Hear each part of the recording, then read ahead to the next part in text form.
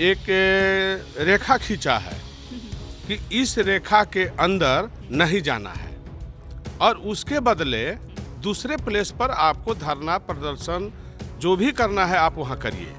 तो जब सरकार ने एक रेखा खींच दिया है कि आम आदमी को, आम जनता को किसी तरह का धरना प्रदर्शन से, आंदोलन से परेशानी नहीं हो, तो इसलिए सरकार ने एक रेखा खींचा। नमस्कार, न्यूज 4 नेशन देख रहे हैं। मैं हूं आपके साथ वंदना। हमारे साथ बात करने के लिए हैं तेजस्वी यादव के मामा और पूर्व सांसद साधु यादव।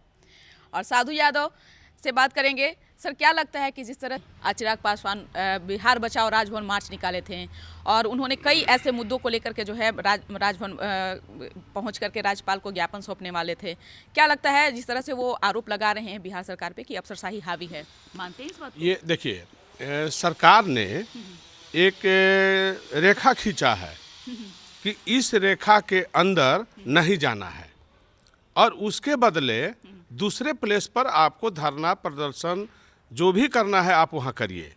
तो जब सरकार ने एक रेखा खींच दिया है कि आम आदमी को, आम जनता को किसी तरह का धरना प्रदर्शन से, आंदोलन से परेशानी नहीं हो, तो इसलिए सरकार ने एक रेखा खींचा और उस रेखा को उसके जगह पर दूसरे जगह प्लेस को डिसाइड किया।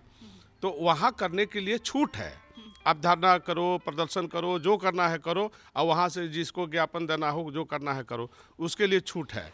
लेकिन रेखा खींच दिया, उस रेखा पर आप जा करके ज़बरदस्ती करोगे तो सबके लिए कानून है, संविधान है, उसी के मुताबिक कोई भी कार्रवाई करता है। लेकिन बिहार में अगर देखा जाए तो लगातार जो है धरना प्रदर्शन भी चलते रहता है, जुलूस मार्च भी निकाले जाते हैं, लाठी भी चार्ज किया जाता है, लेकिन ये नौबत क्यों आती है? देखिए, सोच का फ़र्क है, समझदारी का फ़र्क है और इसी सोच और समझदारी से ये सब काम खराब हो रहा है।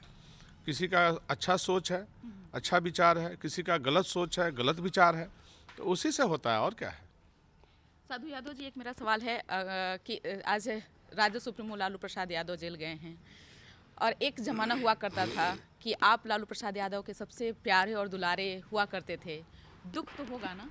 ये देखिए, ये बात सही है कि हम लोग न्यायपालिका का सम्मान करते हैं, इसमें कोई दो राय नहीं है, लेकिन साथ ही साथ मेरा ये मानना है कि उम्र को ख्याल रखना चाहिए था।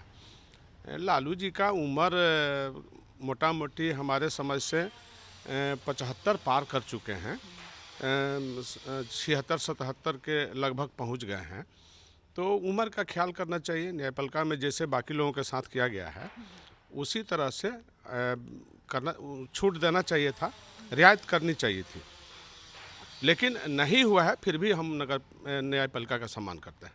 लेकिन कहा जा रहा है आरजेडी की तरफ से कि फंसाया जा रहा है उनको। देखिए, सोच की फ़र्क हम बताया ना कि सोच का फ़र्क है, सोच का बोलने का आज़ादी है सबको और सोच का फ़र्क है, यही बात है। सोच नहीं है, सोच होती तो देश के इतने बड़े लीडर, लालू प्रसाद जी छोटा मोटा आदमी तो है नहीं, पूरे देश और दुनिया जानता है, जहाँ खड़ा भी हो जाएंगे वहाँ 10,000 की भीड़ हो जाती है, लोग देखने के लिए चाहत करने लगते हैं कि कहाँ हैं लालू जी, हम सुनते हैं, लोग बहुत दौड़ जाता है।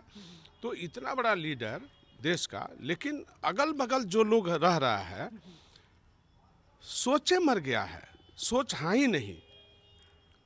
इसी केस मुकदमा में सारे लोग छूटते चले गए। देश में भी बड़ी सारी घोटाला हुआ, 2G हुआ, कोलगेट हुआ, क्या क्या हुआ, और कहीं वही जो एप्लीकेशन दिया, जो केस किया, वही एफिडेविट लगा करके दे दिया कि कोई घोटाला ही नहीं हुआ था और झूठ मूठ के ये फलानवे के दबाव में हमने ऐसा बात बोल दिया था या दे दिया था जिसके चलते 2G में कोलगेट में मामला फंसा, तो वो लोग फिर बरी हो गए सब लोग।